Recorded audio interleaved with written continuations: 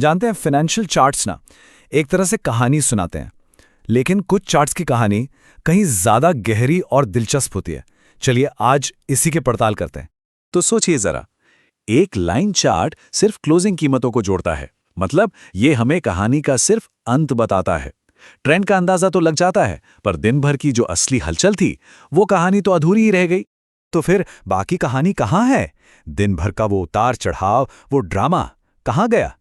एक साधारण line chart ये सब नहीं बताता, और एक ट्रेडर के लिए तो यही सबसे जरूरी जानकारी होती है ना? तो ठीक है, चलिए इस अधूरी कहानी को पूरा करते हैं। मिलते हैं एक ऐसे टूल से जो हमें बाजार की हर एक धड़कन सुनाता है। जी हां, कैंडलस्टिक चार्ट्स। अच्छा, तो सबसे बड़ा फर्क क्या है? देखिए, लाइन चार्ट में होता है सिर्फ एक डेटा पॉइंट, क्लोजिंग प्राइस, लेकिन हर एक कैंडल वो हमें एक साथ चार जानकारियां देती है: ओपन, हाई, लो और क्लोज। और इसी से बाजार की असली नब्ज पकड़ी जाती है। ठीक है, तो चलिए अब इसमें और गहराई से उतरते हैं। अब हम एक अकेली कैंडलस्टिक को कह सकते हैं कि चीर फाड़ कर देखेंगे कि ये असल में हमें दिखाती क्या है। तो जैसा कि साफ है, एक कैंडलस्टिक सिर्फ कोई डिजाइन नहीं है, ये एक तय समय में कीमत के पूरे सफर की कहानी है कि वो कहां से शुरू हुई, कहां खत्म हुई और दिन में कहां कहां तक घूम कर आई। अब ये जो मोटा वाला हिस्सा है ना, इसे कहते हैं रियल बॉडी, और इसका रंग ही पहली कहानी बता देता है। मान लीजिए ये हरी है तो इसका मतलब कीमत बढ़ी है, और अगर ये लाल है तो कीमत गिरी है। कितना सीधा और सरल विजुअल सिग्नल है ना? और ये जो पतली पतली बत्तियां दिख रही हैं, जिन्हें विक्स या शैडो कहते हैं, ये उस दिन की कीमत की लड़ाई के निशान हैं।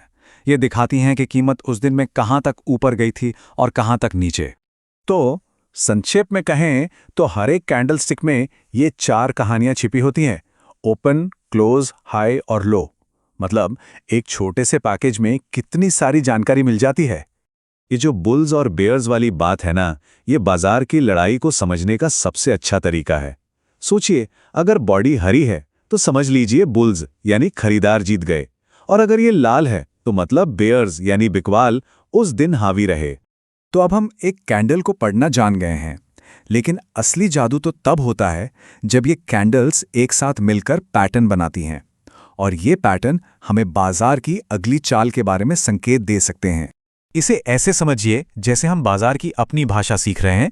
एक अकेली कैंडल एक अक्षर की तरह है, लेकिन जब कई कैंडल्स एक साथ आती हैं तो वो एक शब्द बनाती हैं, और यही शब्द वो पैटर्न है जो हमें बता सकते हैं कि बाजार आगे कहां जा सकता है। जरा यहां देखिए, बाईं तरफ बाजार नीचे जा रहा है, साफ दिख रहा है, लेकिन दाईं ओर देखिए, एक खास पैटर्न बनता है और उसके बाद ट्रेंड में एक संभावित बदलाव का संकेत मिलता है। यही है इन पैटर्न्स की ताकत। ये एक बहुत ही क्लासिक उदाहरण है, बुलिश एनगल्फिंग पैटर्न। जब एक बड़ी हरी कैंडल पिछली छोटी लाल कैंडल को पूरी तरह से ढक लेती है, मतलब उसे निगल लेती है, तो ये एक मजबूत संकेत होता है कि शायद गिरावट का दौर अब खत्म हो रहा है और खरीदार हावी हो रहे हैं। लेकिन रुकिए, इन पैटर्न्स को पहचानना तो सिर्फ आधी लड़ाई है। असली कामयाबी तब मिलती है जब इस जानकारी को एक मजबूत योजना, एक अनुशासन के साथ इस्तेमाल किया जाए। तो चलिए अब नियमों की बात करते हैं और जानते हैं, यही वो नुक्ता है जहां कई लोग गलती कर बैठते हैं। पैटर्न देखना एक हुनर है, बिल्कुल है, पर यह कोई भविष्य बताने वाला जादुई गोला नहीं है। सिग्नल गलत भी हो सकते हैं, और इसीलिए कामयाब ट्रेडर्स सिर्फ सिग्नल पर नहीं, अपने बनाए हुए सख्त नियमों पर भरोसा करते हैं। ये 4 नियम किसी भी ट्रेडिंग रणनीति की नींव होते हैं।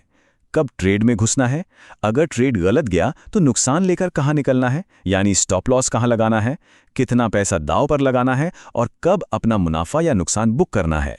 इनके बिना पैटर्न पहचानना सिर्फ अंदाजा लगाना है और कुछ नहीं। एडवर्ड ए टोपेल का ये जो उद्धरण है, ये बहुत ही शक्तिशाली है और अनुशासन के महत्व को साफ साफ बताता है। बाजार उन लोगों को सजा देता ही है जो नियमों की अनदेखी करते हैं। इसे बाजार का प्रैक्टिस ग्राउंड समझिए। ये किसी भी नए ट्रेडर के लिए एक बहुत ही समझदारी भरा पहला कदम है। यहां आप बिना असली पैसा खोए अपनी रणनीति को परख सकते हैं और बाजार की चाल को समझ सकते हैं। चलिए अब इन सभी विचारों को एक साथ लाते हैं, मतलब चार्टिंग का हुनर और अनुशासित योजना, ताकि ये समझ सकें कि कामयाबी मिलती कैसे है। लंबे समय तक सफल होने के लिए एक ट्रेडर को एक एज की जरूरत होती है, एक ऐसी खास समझ या फायदा जो ज्यादातर दूसरे लोगों के पास नहीं होता। कैंडलस्टिक चार्टिंग इस एज को विकसित करने में एक बहुत महत्वपूर्ण भूमिका निभा सकती है। और ये बात बहुत जरूरी है, सिर्फ पैटर्न को समझना ही एज नहीं है। एज तब बनती है जब आप उस ज्ञान को, उस जानकारी को एक ठोस ट्रेडिंग योजना के साथ जुड़ते हैं।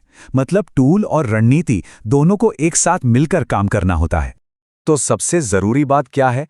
वो ये है कि कैंडलस्टिक्स बाजार के मनोविज्ञान को, मतलब खरीदारों और बिकवालों की सोच को समझने के लिए एक बहुत गहरी भाषा देती हैं। ये एक सोचने वाला सवाल है ना? बाजार हर दिन नई नई कहानियां लिखता है। अब जब इस भाषा की समझ थोड़ी बेहतर हुई है, तो देखना यह है कि चार्ट्स आगे क्या कहानियां सुनाते हैं।